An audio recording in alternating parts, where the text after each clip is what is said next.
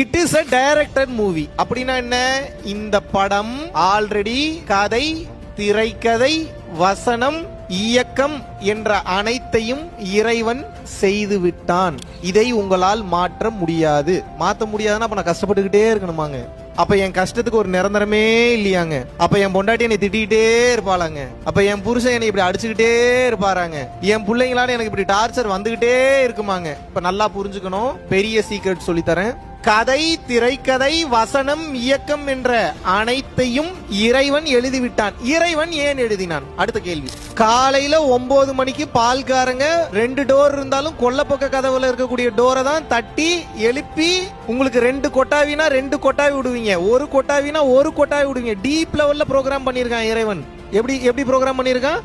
Deep core லெவல்ல program பண்ணிருக்கான். அந்த 2 கொட்டாயை விட்டுட்டு முதல்ல லெஃப்ட் கால் எடுத்து வைக்கிறீங்களா, முதல்ல ரைட் கால் எடுத்து வைக்கிறீங்களா, முன்னாடி நடக்கணுமா, பின்னாடி நடக்கணுமா, ரைட் நடக்கணுமா, யூ டர்ன் பண்ணி போகணுமா, ஸ்ட்ரைட்டா போகணுமா, போன உடனே தாப்பால முதல்ல திறக்கிறீங்களா, இல்ல கீழே ஓபன் பண்ணி இருக்கக்கூடிய அந்த டோரினுடைய அந்த நாப திறக்கிறீங்களா? அனைத்தும் எழுதப்பட்டது. நம்ப முடியுதா? திறந்த உடனே ஐயா வணக்கம் அவன் சொல்றானா, இல்ல அம்மா வணக்கம் சொல்றானா, யோ என்னையா இவ்வளவு லேட்டுன்னு சொல்றானா? இதுவும் எழுதப்பட்டது. நம்ப முடியுதா? அடுத்து பால் கொண்டு வந்திருக்கங்க, பால் ஊத்த போறங்க அப்படின்னு சொல்லும் போது அந்த பாலை நீங்க எந்த பாத்திரத்துல போய் வாங்க போறீங்கன்றது எழுதப்பட்டது. நம்ப முடியுதா?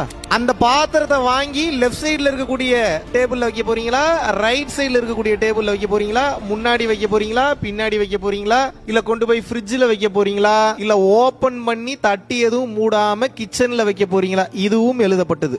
இது போல காலையில எந்திரிக்கிறதுல இருந்து நைட்டு நீங்க தூங்குற வரைக்கும், நைட்டு நீங்க தூங்குனீங்கன்னா உங்களுக்கு என்ன கனவு வரணும், அது எப்படி வரணும், அது எங்க இருந்து வரணும், இது அனைத்தும் இறைவனால் எழுதப்பட்டது. which means நீங்கள் பிறப்பிலிருந்து இறப்பு வரை உங்களோட கதை எழுதப்பட்டாச்சு.